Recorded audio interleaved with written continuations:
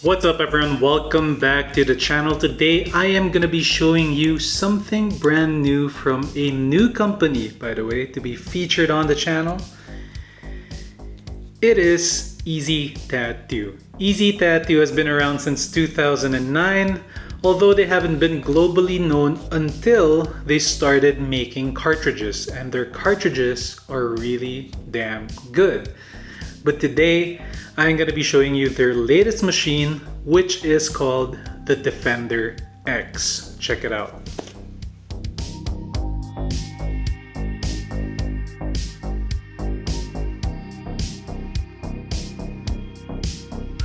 Alright, so here we have the box of the Defender X wireless pen machine. Enjoy mobile tattooing, innovative.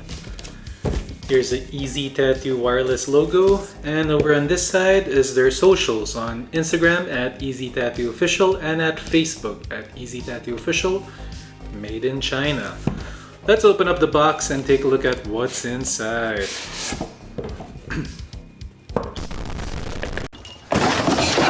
Alright, here we have the box of the Defender X, manual. This small black box, probably a USB charger. Yep, that's all that's in here. Let's put it back in there. Put it back here. You have a brick. In case you don't have one, you have a new one now.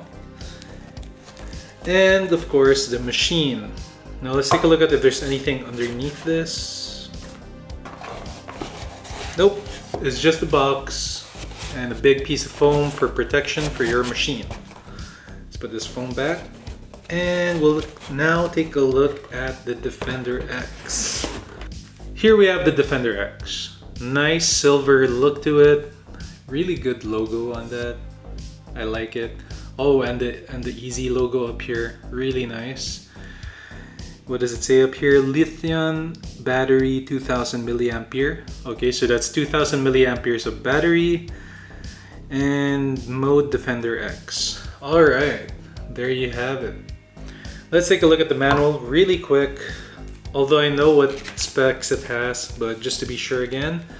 It has an Air Force aluminum build to it. Everything here is made out of Air Force aluminum, the same material used on airplanes. It has a 12,000 RPM motor. That's pretty good. Operates between 5 to 12 volts, needle protrusion of 0 to 4.5 millimeters. It has a 32 diameter to it and a 6.1 ounce in weight, or 175 or 74 grams in weight. It's pretty light, although it is top heavy because of the battery, which is on this side, so it leans a bit back a bit, but that's okay. It does have two different strokes depending on which one you buy. There's the silver one with a 3.5mm stroke, which is a more versatile stroke, which is why I told them to send me this one, and a 4.0mm stroke, which is the black one, which absolutely looks sick as hell on the photo as well, now that I see it.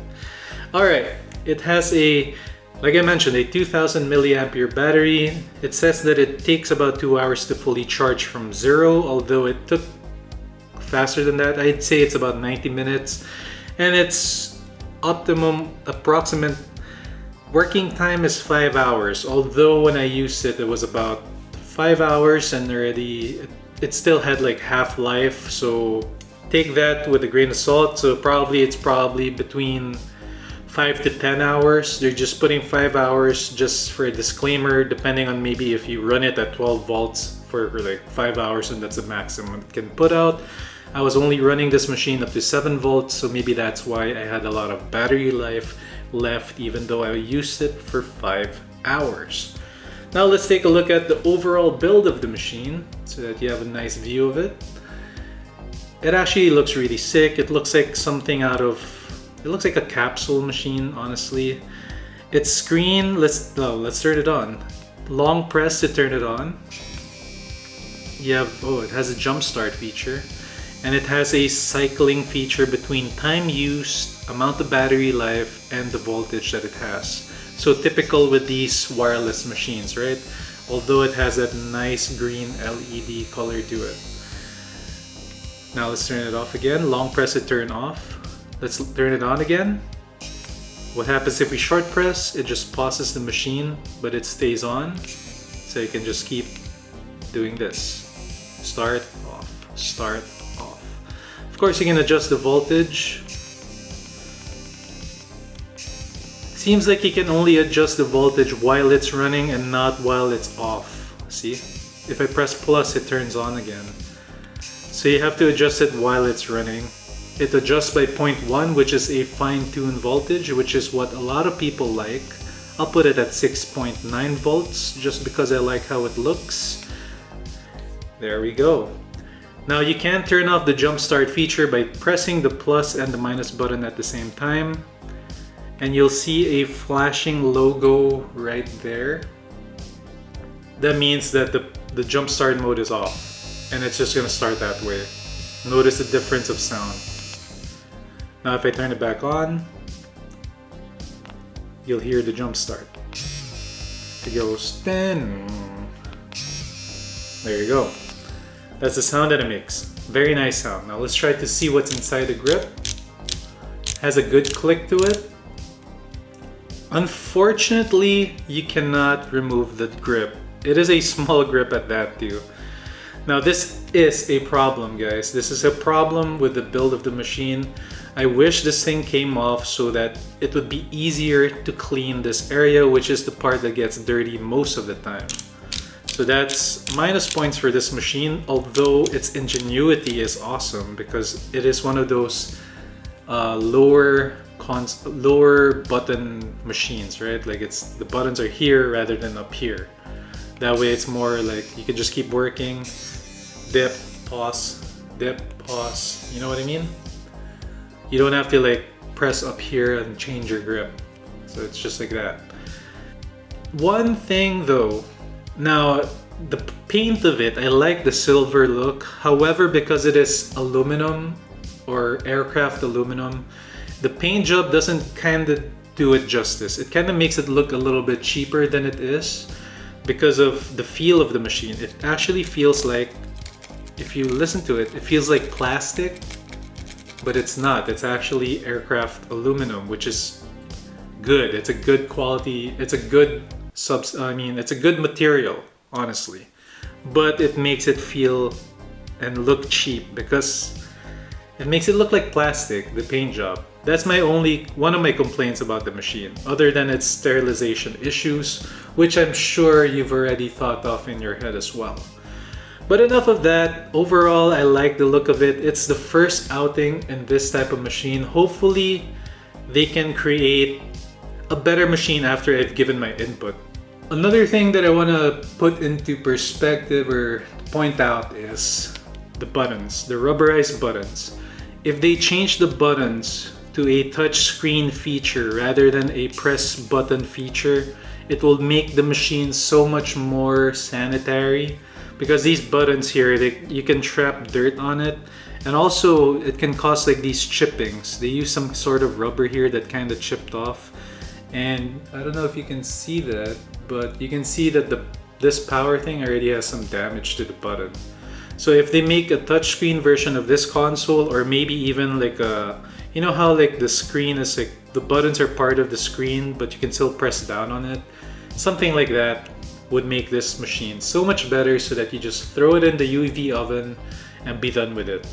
Also the grip, guys, you gotta make this removable. It's better and easier to clean the insides if it's that way. Other than that, let's take a look at the machine in action and see what my final thoughts are after seeing it.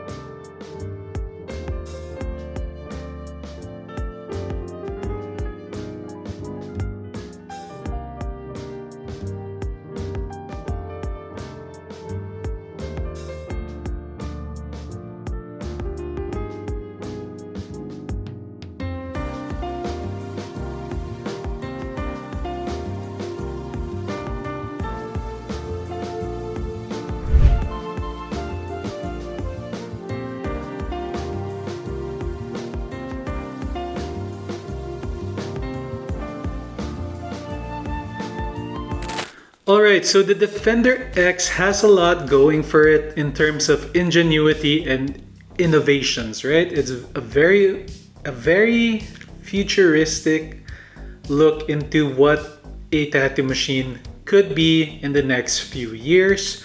It does have its issues though, and I'm gonna go through it once again. Number one is that the grip is not removable, which is its biggest flaw at the moment. Its other flaw is the buttons, the rubberized button things. You need to change those, make it a touchscreen interface or something similar to that. Something that's easier to clean and maintain. Because, you know, you could just throw the whole thing into the UV oven.